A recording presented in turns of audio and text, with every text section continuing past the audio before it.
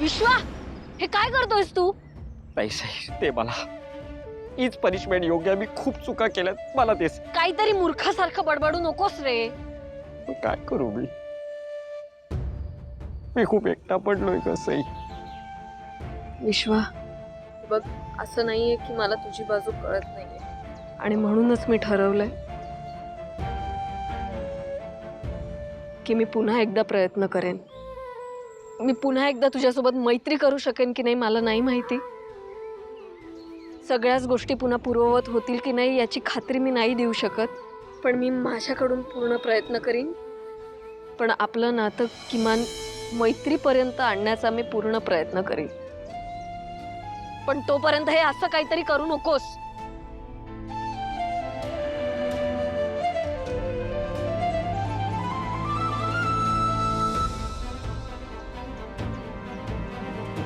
कोण आहे ही गोड मुलगी? ही गोड मुलगी या सिद्धिराजची मुलगी. काय? ह्याची मुलगी? ह्याला एवढी मोठी मुलगी आहे?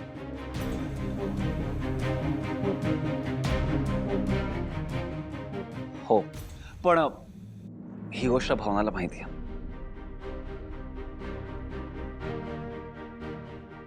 अरे मग काय झालं? मला सांग, तुझं वय किती?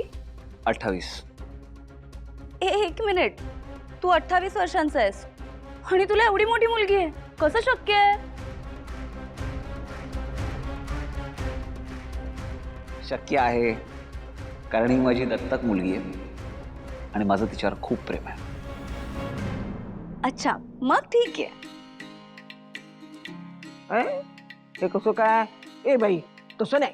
कसं आहे ना, तुझ्या आता बहिणीच्या होणाऱ्या नवऱ्याला पहिल्यापासूनच एक मुलगी आहे. मग अशा मुलाला तू तुझी बहीण देणार आहेस काय? अहो, पण त्याने काय फरक पडतो? आमचा वेंकी दादा सुद्धा अडॉप्टेडच आहे. आलं. आमच्या आई बाबांनी त्याला सुद्धा आमच्याच सारखं वाढवलंय, जीव लावलाय, माया दिलीये. आमच्यासाठी तो आमच्या घरचा मोठा दादा आहे.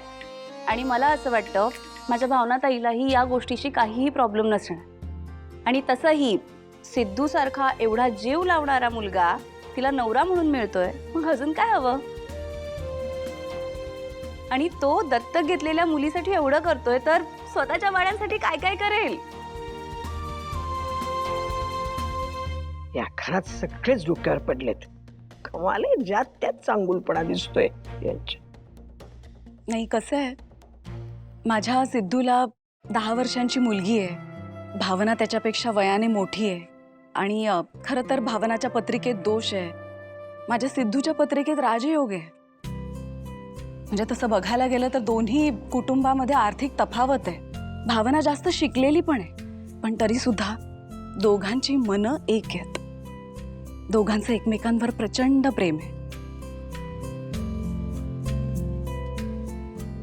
आणि म्हणूनच मला असं वाटतं की आता यामध्ये काही दुसरा निकष न काढता त्या दोघांच्या आयुष्यात आपण मध्ये न आलेलंच बरं. खरं तर म्हणजे मला मुलगी पसंत आहे, काहीही हरकत नाही. सिद्धूने माझे डोळे उघडलेत. खरं सांगायला गेलं तर आधी माझी इच्छा नव्हती.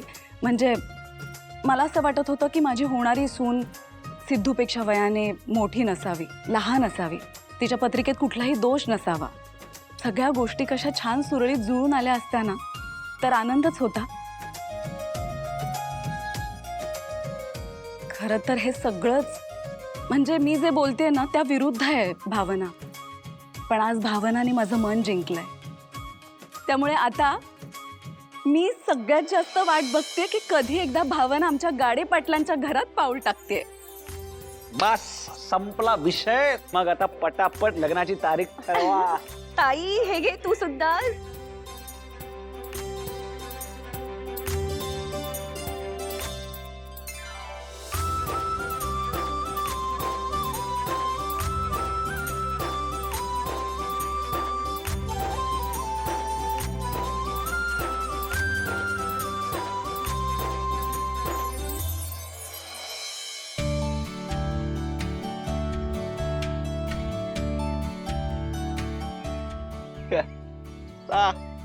वडापाव कसा आहे पिंकी? खरं सांगू, तुझ्यासोबत वाटून खाल्लेलं मला समजच आवडते, पण आता हे वडापावच काय, तू सुद्धा आवडण झालास मला.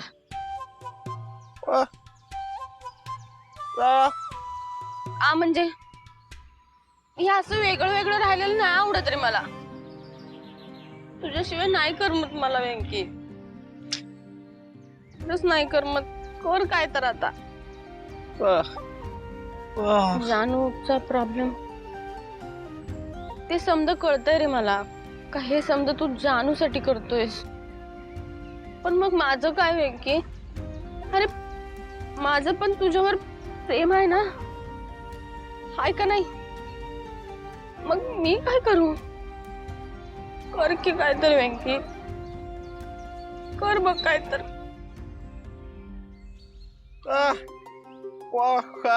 काय सुचलंय?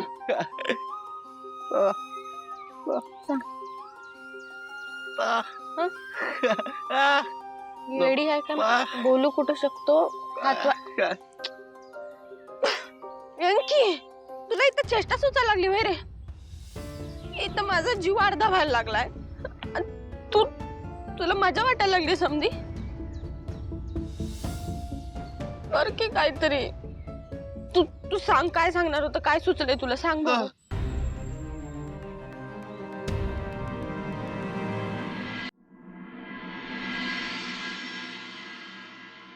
आपण किती दिवसांनी अशी अंगत पंगत करतोय ना, पण आता भावनाताई सासरी गेली की मी हे सगळं खूप मिस करणार आहे.